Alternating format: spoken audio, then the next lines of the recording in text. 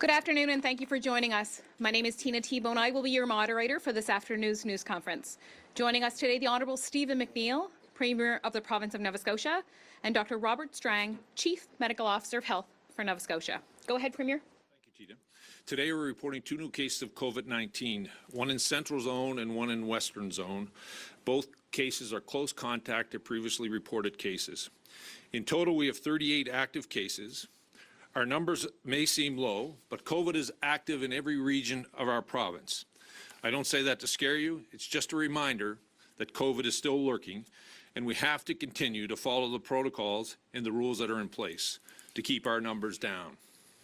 I've been in contact with Eskasoni Chief Leroy Denny as a case was reported in his community this weekend. I want to thank Chief Denny for supporting his community and his leadership role and working with public health to keep people safe. Tomorrow on Wednesday, a pop-up testing site will open in Eskasoni, and anyone in Eskasoni who wants to get a COVID test can. We're also extending our asymptomatic testing across the province, and I want to thank every Nova Scotian who's out there volunteering to get tested. This is an important part of controlling COVID. We should finish our first round of vaccinations this weekend, and we're waiting for the next batch to arrive. Today we announced 4 more vaccine sites, storage sites in the province at regional hospitals from one end of our province to the other. This will enable us to vaccinate frontline healthcare workers throughout Nova Scotia. I know many of you have questions and concerns about the new strain of COVID that appears to be showing up in the United Kingdom. It is concerning, and Dr. Strang will have more details. But I think it's a good reminder for all of us. We are not out of the woods yet. We just need to keep doing what we're doing. Wouldn't you agree, Dr. Strang? Absolutely, Premier. Thank you. Good afternoon, everybody. As the Premier said, we are reporting 2 new cases of COVID-19 today. Both are connected to previous cases. Since October 1st, there have been 358 cases in total, and 320 are now considered resolved. This means we have 38 active cases of COVID-19 across all Nova Scotia Health Authority zones. So all parts of the province have cases close to them. All of this is very encouraging. We reported low numbers of new positive COVID cases for the last several days. Most of the cases are continuing to be connected to either previously known cases or travel outside of Atlantic Canada. And our number of active cases continues to go down. On December 1st, we were reporting an average of 10 new cases a day with many complex investigations and a high number of close contacts. The number of cases is going down, the number of contacts per case is going down, all of which is good news.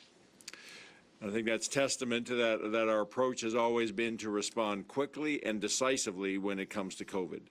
And that approach has been key to our success in controlling the spread of the virus and will remain our approach. But my public health team, the health system, and I are only one side of the equation. You, Nova Scotians, are the other side. Your willingness to follow COVID protocols and to put your communities first. Today's numbers and the trends we are seeing are a direct result of your hard work. And that, to me, is a great reason to celebrate. Safely and in small numbers. The restrictions that we announced last week came into effect today, and let me just go over those again. We know that at this time of year we gather together. Gathering is an important part of this time of year. To celebrate our faith, to be with loved ones, many that we don't get to see throughout the year, or simply to come together as families and communities for special events. However, with COVID, we know that this virus loves it when we gather together. That's how it spreads. And that's why until January 11th, we need to keep our gatherings small and avoid crowds. It's best to stay close to home as much as possible for the holidays. So if you don't have to travel, please don't. But if you do have to travel within the province, you need to go from point A to point B without making unnecessary stops along the way. And once you get to where you're going, stay there, please. The gathering limit is 10, no matter how many people live in your house and no matter where you live in Nova Scotia. Restaurants and bars in the metro area will stay closed to in-person dining. In other parts of the province, in-person dining can happen, but these places need to stop serving food and drinks by 10 p.m. and be closed to in-person dining by 11. Retail businesses are limited to 25% capacity right across the province. There will be no special or social events, no festivals, and no sports or arts and culture events. I sound like the Grinch, Premier. That's my job at this point, not yours. Weddings, funerals, and faith gatherings can still happen, but in much smaller numbers. For our friends and family members in long-term care, while we cannot allow them to leave their facilities over the holidays because of the risk, we are allowing an additional designated caregiver as well as family visitors. It's up to each facility to determine how many visitors they can accommodate and at which time.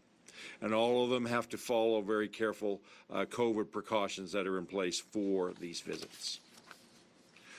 I understand that applying blanket rules across the province and across everyone's unique situations may seem unfair.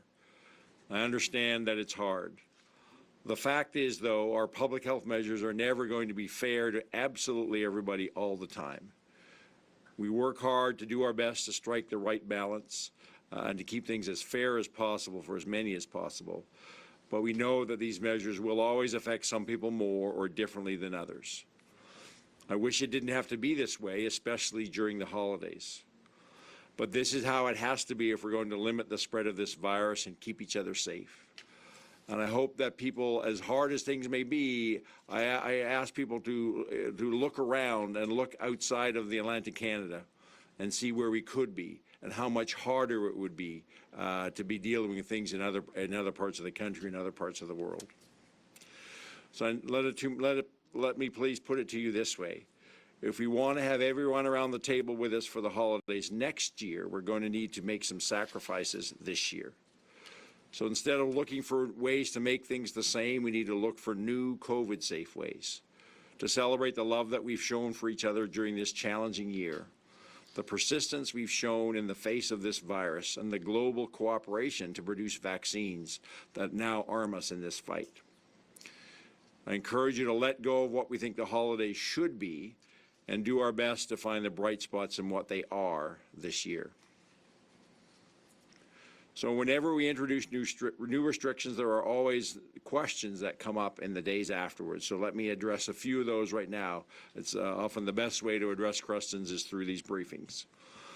As I've said, the gathering limit is 10 across the province. If you're having a gathering in your home, the limit is 10, including the people who live there. It doesn't matter how young or old people are or your relationship to them. The limit is 10. Your household or your close social group can go out in the community together without physical distancing. You can sit together at a faith gathering, you can go for a walk or to the park together. If your kids are playing with friends, they should be friends in your family's close social group, and it should be a consistent group, not multiple groups of 10. Consistency is important here as well as in the low numbers. The 10-person limit applies to necessary things like substance use support meetings, which can continue with physical distancing. There is a limit of 25 for business meetings and necessary work training, and certainly physical distancing and masking as required need to be followed. Almost all types of community events are not permitted right now, so there are no community suppers, parties, dances, or other holiday events. There are no conferences, no live theater, no movies at the movie theater. There are no gatherings for darts, cards, and bingo unless they are hosted by a licensed establishment who has these activities as part of their usual business throughout the year. If you were planning on getting married in the next 3 weeks, you have 3 choices. You can have a recognized business or organization host the ceremony. This would allow you to have up to 150 people outdoors or up to 100 or 50% of the venue's capacity indoors. And again, physical distancing except within groups, already established close groups of 10. Your second option would be to have the wedding at home with 10 people, including the officiant, or you can postpone till a later date. You can only have the ceremony. You can't have a wedding reception unless it's at your home with a total of no more than 10 people. And we're not allowing visitations or receptions with funerals either. For sports practice and training and arts and culture rehearsals, there can be 25 participants without physical distancing.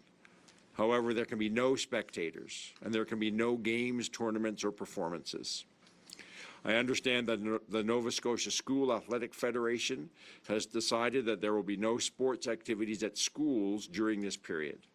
However, a school sports team can train or have a practice at a different location. Sports and recreation facilities can operate as they have been since June, following their reopening plans. So rinks, pools, and gymnasiums can operate. They are generally not subject to the 50% capacity rules for fitness facilities. However, if within a large sport and recreation facility there is a weight room or a cardio machine area, or they hold fitness classes in a studio, the 50% capacity for fitness facilities and studios does apply in these areas, along with the requirement for 3 meters or almost 10 feet distance between people during high-intensity activities. All restaurants around the province can continue takeout, delivery, and drive-through as late as they like. So once again, I encourage you to support these businesses that have faced significant challenges this year. Get a meal or buy a gift card as presents this year. Thinking local for the holidays is a great way to help our provincial economy recover. And it is safe to go shopping if you follow the rules. The shopping stores, retail stores, malls, even though we've substantially decreased the number of people they can have at any one time, they have very good protocols in place to manage the number of people, keep things physically distant. So if you do want to go shopping, feel free to do so. It's important that you follow the rules that have been put in your place by the operators to keep you safe. I talked last week about the first doses of Pfizer vaccine arriving in the province and the first clinic actually administering the vaccine to frontline healthcare workers. That was a big day. I've been doing this work now in public health for almost 25 years, but I think I can honestly say it was the first time in my career I've become emotional about a vaccine, about the hope it signals, about a future where we can control COVID-19 with fewer rules and special precautions. But getting there is going to take time. We have a long road ahead. And in the meantime, we all need to be prepared to continue with COVID protocols and some restrictions. So far, more than 1,400 people have received their first shot of vaccine, mostly frontline healthcare workers and some long-term care staff and designated caregivers here in the Halifax area. This week, another 3,900 doses of Pfizer vaccine will arrive in Nova Scotia, and we're expecting our first shipment of the Moderna vaccine soon. As soon as it's licensed by Health Canada, we're expecting to get product very shortly afterwards. So right now our vaccine clinic is happening here in Central Zone in Halifax, and that's because of the strict storage and handling requirements of the Pfizer vaccine. Our vaccine plan has always included sites beyond Central Zone, and this week we are setting up cold storage sites in 4 more locations: Cape Breton Regional Hospital, Colchester East Hants Health Centre, Valley Regional Hospital, and Yarmouth Regional Hospital. They will be able to store any COVID vaccine at the right temperature. So Cape Breton Regional and Valley Regional will each get 1,950 doses of the COVID vaccine in the first week of January. As I've said before, our priority is starting with those who are most vulnerable, whether because of their age or because of their risk of exposure at work. So our phase 1 is focusing on long-term care residents and staff, frontline healthcare workers most closely involved in the COVID-19 response, and soon we'll be able to move into the community with older Nova Scotians, starting with those who are 80 and above, and then 75, and then 70. And then as we get more vaccine, we'll expand this list to include other healthcare workers and essential workers. We have a working group right now who's creating that detailed list of who is actually considered an essential worker. And then we will look to move to the general community. But even as we do that, we will have a focus on prioritization based on age, individual health conditions, and vulnerability within communities based on socioeconomic factors. To help guide this work and the vaccine rollout, we brought together 11 people from the Department of Health and Wellness, Nova Scotia Health Authority, IWK Health Centre, and the Canadian Centre for Vaccinology. The members of this panel are experts in infectious disease, immunology, vaccinology, vaccine safety, allergy and immunology, and public health. And they will provide advice to me and my team, to the Department of Health and Wellness, and to the Premier in the months ahead. This panel is being co-chaired by my colleague and the Deputy Chief MOH, Dr. Watson Creed, and also by Dr. Shelley McNeil, who's an infectious disease specialist and vaccine researcher. We are extremely fortunate to have national experts right here in Halifax, and I want to thank all of them for lending their expertise in this way, knowing how busy and how full their plates are already. So you may have read this weekend or this morning that a new strain of COVID-19 has been found in the United Kingdom, one that seems to be more easily spread from person to person. That's troubling news, but we know that there are many strains of coronavirus, so a new one is not actually unexpected. The federal government has already taken action by closing our national borders to flights from the United Kingdom for the next 3 days. And here in Nova Scotia, we're very much aware of this new strain of coronavirus and are monitoring this along with our federal, provincial, and territorial colleagues. So here's the good news. There is no evidence that this new strain is here in Canada, although our labs, including the one here in Nova Scotia, are working together to monitor for this strain. So far, there's also no evidence that this new strain will have an impact on the ability to test, treat, or vaccinate people against COVID-19. And as we always say, as any new information evolves, we will certainly be sharing that with Nova Scotians. In terms of our testing, we're going to continue to offer asymptomatic testing everywhere in the province throughout the holiday season and into January 2021. And I want to thank the many healthcare workers who are giving up some of their holidays to make sure that you as Nova Scotians can get access to COVID-19 testing, as well as the people working in the labs throughout the holidays. Across the province in all zones, you can now book an appointment online for up to 3 days in advance of the test. So you can find more information about how to do that at nshealth.ca/coronavirus testing. And the pop-up testing sites will also continue into the new year for people 16 years and older. So asymptomatic testing remains available to all Nova Scotians without symptoms, but we especially encourage people who have lots of social contacts, who have been to large gatherings recently, or who have plans to visit an elderly relative or someone else at high risk.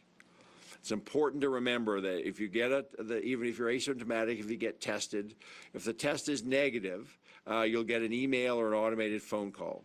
If you test positive, you'll hear from public health about the next steps. And I know I've talked about some of the limitations of asymptomatic testing, but I need to repeat that again. A negative test is a result of a negative test is a good indication that you're not able to spread the virus at the time of testing, but you still could become infectious even without symptoms a day or two later. So that's why our public health measures are so important that you need to follow them, even as you're getting in the asymptomatic testing and while you're waiting for your test results.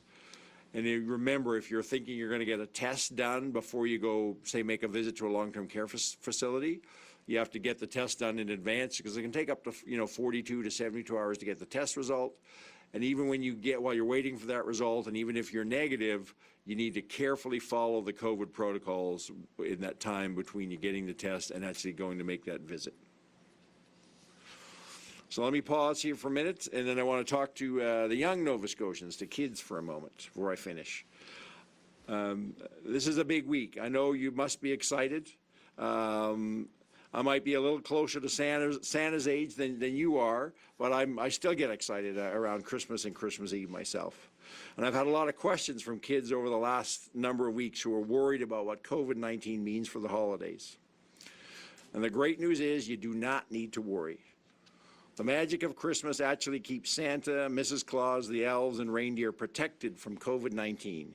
They can't make you sick, and you can't make them sick. And that special Christmas magic makes it so that Santa doesn't need to worry about quarantining or isolating either.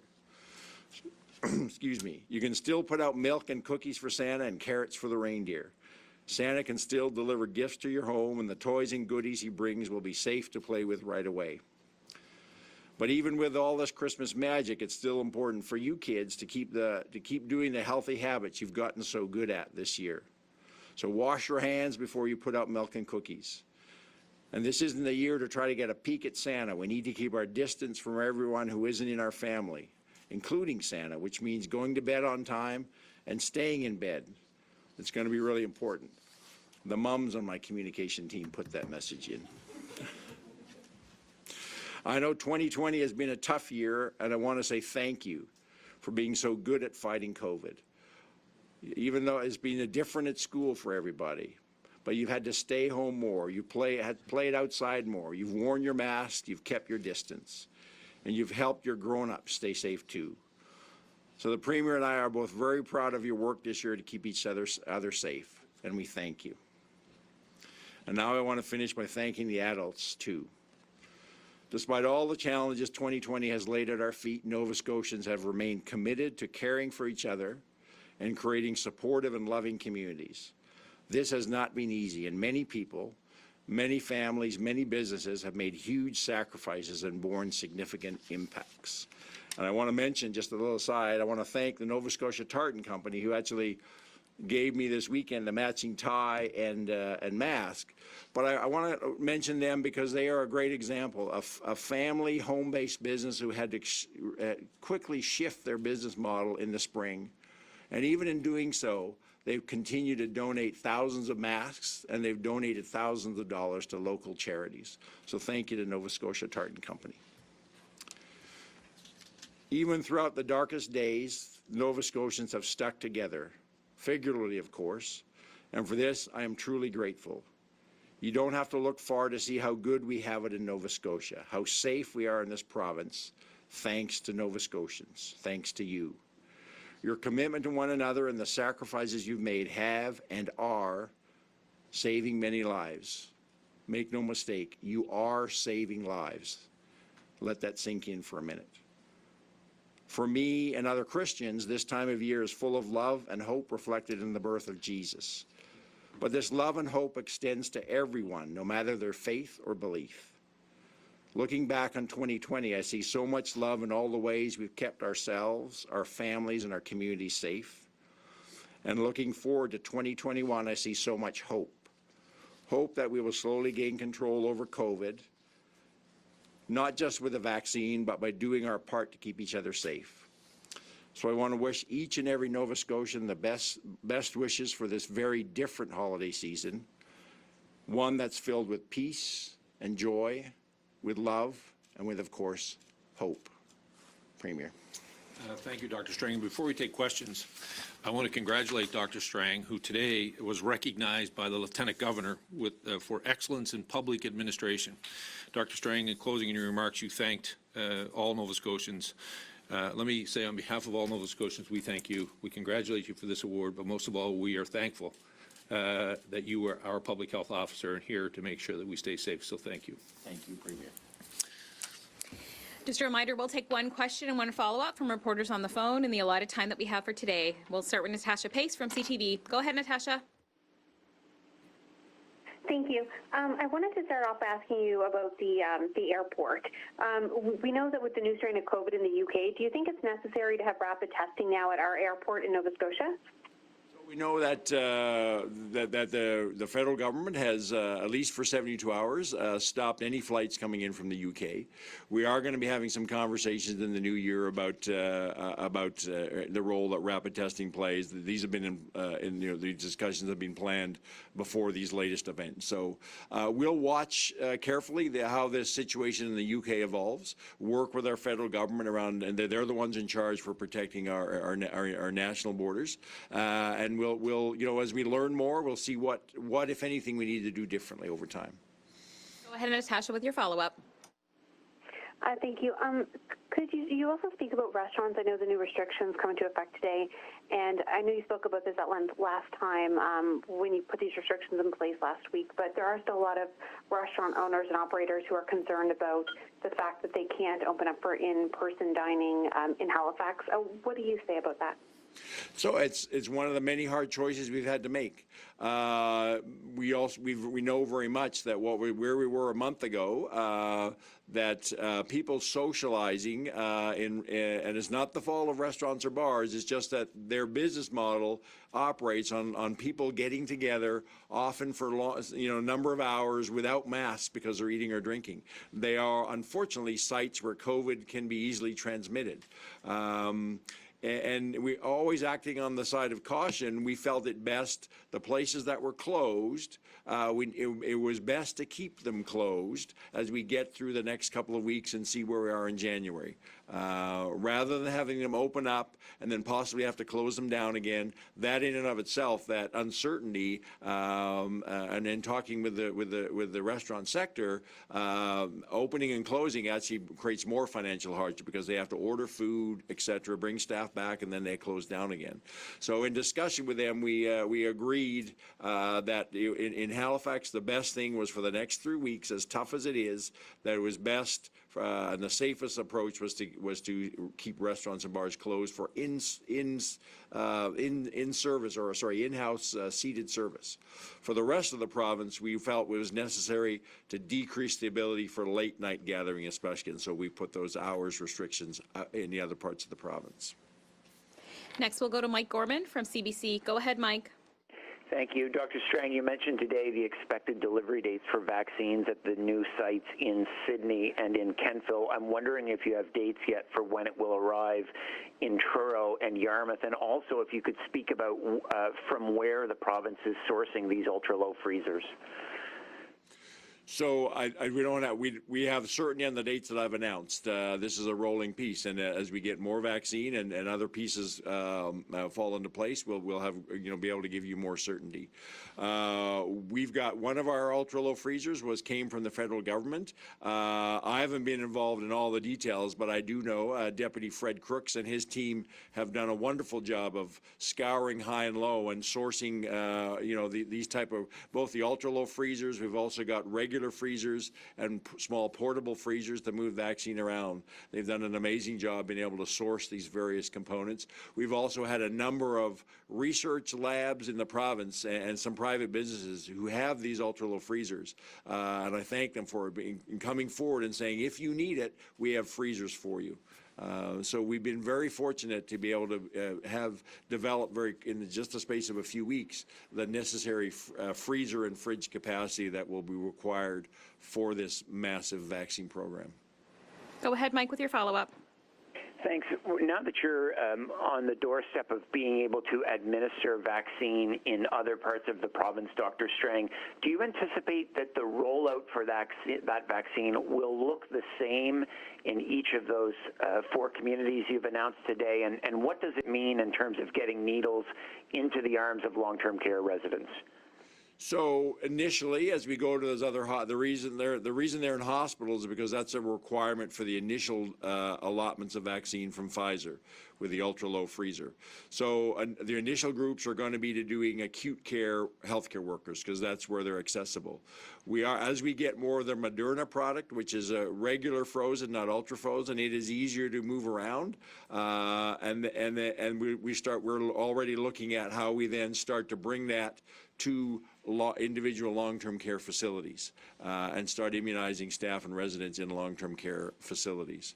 So the vaccine, we've got a general program, but as we develop this, again, quarter one is or phase one is very tightly controlled with small numbers and tight prioritization. But as we get into phase 2 and 3, we'll have a much more flexible model, a much more comprehensive model based on community immunization. We still have a lot of work to do in the new year to figure out all the details on that. Our first focus was to get a program up and going, get the capacity to actually receive vaccine, and then to develop phase 1, and we're in the middle of doing that. We've already started immunizing people. But certainly there's a lot of people working very hard, doing excellent work, and we'll be developing the more detailed plans and engaging stakeholders like Doctors Nova Scotia, Pharmacy Association of Nova Scotia, and other healthcare providers as we look at phase 2 and 3 in the months ahead. Next, we'll go to Jesse Thomas from Global. Thank you. I'll continue on, I guess, with the vaccine rollout plan. We heard that, I guess, the first doses will likely be administered by this weekend, and now we have 3,900 more vaccines coming in. I'm wondering what the plan is for those vaccines. Do we have to keep a certain number of those now reserved for people that got it in the first round, Dr. Strang? Or how do we manage this next shipment of vaccines? Yeah, we absolutely have to hold back roughly half of the vaccine. The clinical studies on this vaccine really show that the effectiveness is after 2 doses, and they're 21 to 28 days apart. So moving forward now, as we get more vaccine, you're absolutely right. We need to make sure that we're able to bring people back and get them the second dose, because then we know that they have immunity, and then we start to get into second groups.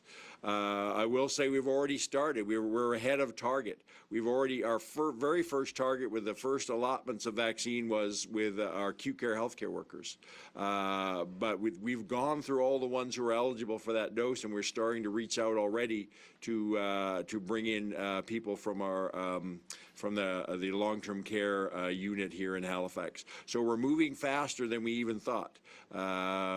All credit due to the amazing work that there's a huge teams of people, and I have to say they have moved mountains in the last 3 weeks. And Nova Scotians, if they only knew the amount of work and the quality of work that's happened behind the scenes in the last 3 weeks, they would be absolutely astounded and impressed. And the people there are all dedicated to do this for Nova Scotians. Go ahead, Jesse, with your follow-up. Thank you. I guess if we're getting 3,900 this week, I'm just wondering who's next if we've already got all the acute healthcare workers in the central zone. Where's the priority next? So some of these are the ones that now have to be set aside for doses through 20 for the second dose for people. We have to get, we have our long-term care units here, and then we hope to be able to relatively soon. We're working on plans about how we actually start to get this vaccine out into communities to get very vulnerable seniors based on their age.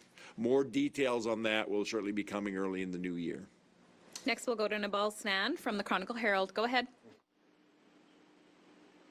Good afternoon. So today the NSHA announced that people could receive their COVID-19 test results through automated calls. I was wondering if you could tell us more about how that could make the testing process more efficient compared to an email, especially that people may be more likely to miss calls. It's a choice. People can have for a while been able to choose for an email. It's just knowing not everybody wants to get or chooses to get them by email. We wanted to give them another choice because automated, if it's automated, whether it's email or an automated phone call, then allows us to have people who previously were doing the calls have them dealing with other parts of the in public health of our COVID response. So it's all about being as efficient as we can. And we hope Nova Scotians take advantage of either the automated callback or the email. Go ahead with your follow-up. Thank you for that. So we know that there are new visitor restrictions for long-term care facilities as of today, and I believe throughout the pandemic you've mentioned that it's up to the facility to decide the best way to implement restrictions. So can you explain a little more about what could go into these decisions and how the way these restrictions are implemented could differ? So what we've done is we've said recognizing the importance of family visitation for overall health, for the mental health and well-being of residents, but knowing that that needs to be done in a very controlled and COVID-safe way. So we've increased the number of designated caregivers from 1 to 2. Family or other people can visit, but it's the facility who has to figure out, because everybody has to be screened. They have to, they need to have some level of support by long-term care staff. So it very much depends on the staffing that's available. We've heard from some facilities that over, say Christmas Day, Boxing Day, when they have fewer staff available, they may not be able to have visitors. So it's a detail that's at the operational level of the facility, that they can juggle the requirements of supporting visitors, making sure that they're doing it in a COVID-safe manner, with all the other work that has to happen on an ongoing basis in a long-term care facility. So that's why we've been very clear. We've given permission, but ultimately the decision on who, how many, and when, it has to rest with each individual facility to work that out with their staff, with the families. Next, we'll go to Lindsay Armstrong from All Nova Scotia. Go ahead, Lindsay. Thank you. Dr. Strang, it's excellent to know that we're ahead of schedule in the province and that we're starting to vaccinate long-term care staff in Halifax. Based on the Pfizer delivery numbers, I'm wondering how long you think it will take to vaccinate all of our acute healthcare workers. So I'm not going to speculate. I mean, I don't think there's a team that's working on that. I don't think they've got a firm timeline. There's a lot of things, weather related, how, challenges in getting people with travel as we move the vaccine out, further across the province. There become other logistical challenges. We'll have to go week by week, but we're certainly looking at phase 1, which is really the first 12 weeks of 2021 when we do those top priority groups. Go ahead, Lindsay, with your follow-up. Thank you for that. In response to Mike Gorman's question, I believe you mentioned that smaller freezers would be used in transportation. I'm wondering if you can tell us more about the process of actually moving these vaccines and how these vaccines will be transported to these 4 centers. So the initial vaccines are actually being delivered directly by the manufacturer, with a third-party company who's experienced and has the ability to transport them safely.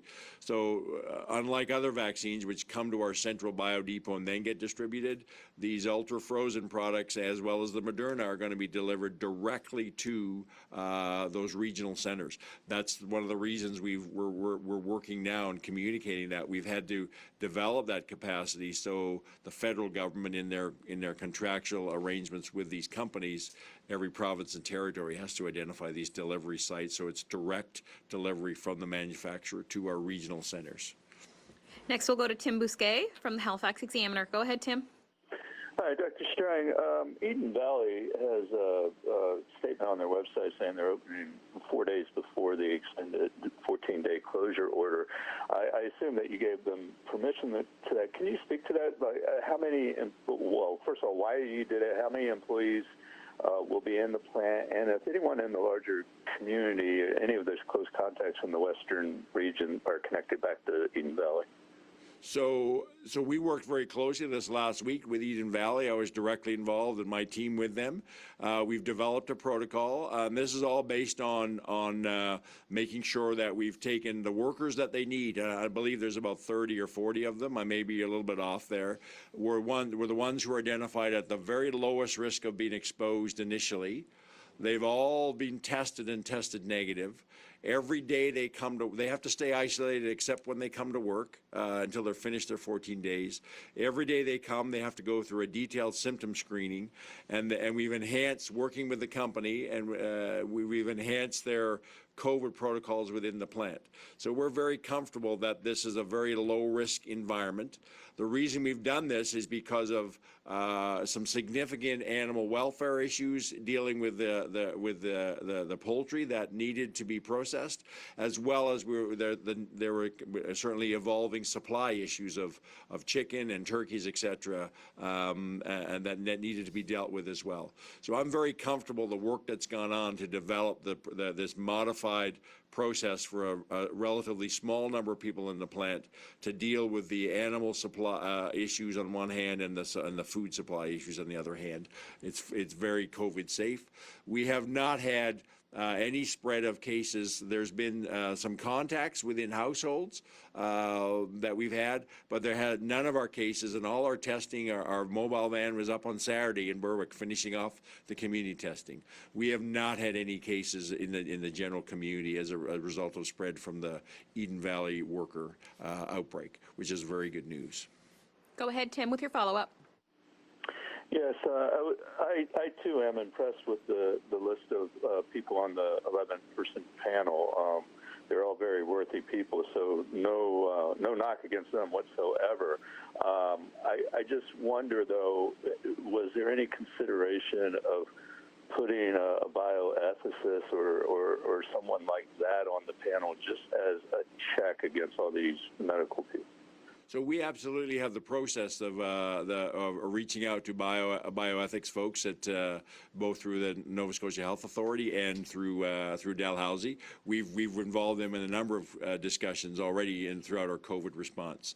That panel is a very scientific, technical panel, but certainly we won't hesitate to bring in bioethicists as appropriate as we deal with implementation questions around prioritization, etc. Thank them from all Nova Scotians that we appreciate the work they're doing. Absolutely. Thank you, Premier. Next, we'll go to Kara McKenna from the Coast. Go ahead. Hi there. Looking at the panel as well, I don't see anyone who works within the justice system on the panel for vaccine distribution. Will the working group be considering incarcerated persons or people who work at prisons who are at a higher risk of getting COVID as priorities in the vaccination plan? So this is the panel we're talking about is not about vaccine distribution. It's about the scientific, technical decisions as well as the science around immunity and prioritization.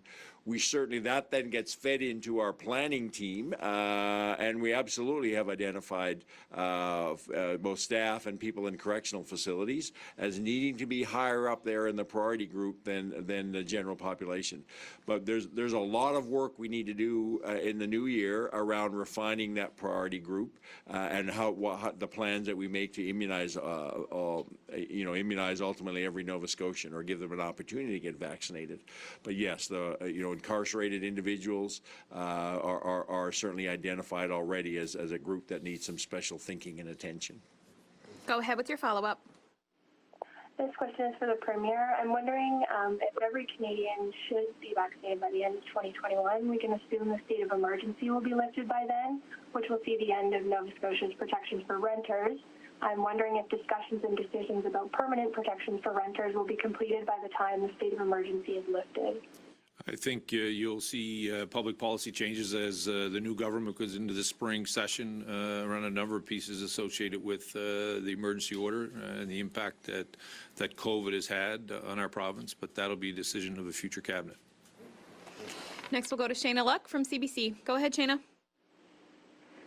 Hello. I'm wondering, with the recommendation for university students to get tested on certain days if they leave the Atlantic region for the holidays, are we going to see testing sites or specific clinics for students in January?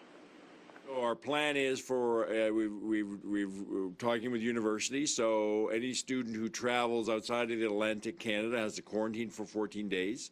We'll be working to make sure they have access to testing between day 6 and 8 of their quarantine. That testing will be done through existing primary access centers. So there already is an access center in Wolfville. There's a an assessment center, a primary assessment center in Antigonish. There's one in Sydney that we're making arrangements for transportation of students from CBU to that site. Certainly in Halifax, there's 2 or 3 assessment centers in close proximity for university students. We're also looking at also supplementing that with using our pop-up testing model. Still have to finalize this and work out the details, but we're looking at the concept of using that pop-up sites around the time when the majority of students would be finishing their 14-day quarantine as just another opportunity for testing for them and other people in the community. So you can expect more details of that as we develop that again in the new year. Go ahead with your follow-up, Shayna. Thank you. We've been told that of the healthcare workers who will be vaccinated first, that group will include people who work in the birth unit at the IWK. And this isn't a unit that's received, I think, a lot of attention in the talks about who would be at the front of the line. I'm just wondering if you can speak about why that's a high priority. Simply because if there was a COVID case with a woman during labor and delivery, there is certainly the potential for lots of exposure, and also you're worried about the health of a very newborn with a very young developing immune system. So the numbers there were small. Certainly risk is high, so it makes absolute sense to include them as among the first that we would include in our immunization. And that's all the time we have today. Go ahead, Premier. Thank you, Tina. This is the last time Dr. Strang and I will see you before Christmas, we hope. I know Christmas will look very different for all of us. Based on some feedback that we're getting, Christmas dinner is causing some anxiety for some of us with big families.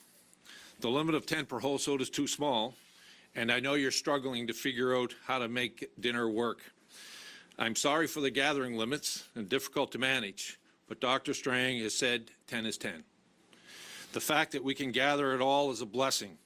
Look at what's happening in other parts of our country. That is because of your hard work and the commitment to following the protocols in this province that we've had any resemblance of a Christmas. So rather than thinking about what we don't have or what we can't do, maybe this is a Christmas to focus on the moment and find creative ways to celebrate. This Christmas should look different. We still have COVID, but we're managing to contain the virus. Let's not stop now. Let's celebrate each other, even if it's from a distance. And most of all, take a moment to think about those who have lost a loved one, those without family, those less fortunate. Christmas can really be a hard time on some people. Let's not make it harder on each other. Let's remind ourselves of what Christmas is supposed to be, a time to spread love and cheer. So let's do that, close to home or virtually. Dr. Strang and I will be back on the 29th of December. Merry Christmas to all of you. Merry Christmas.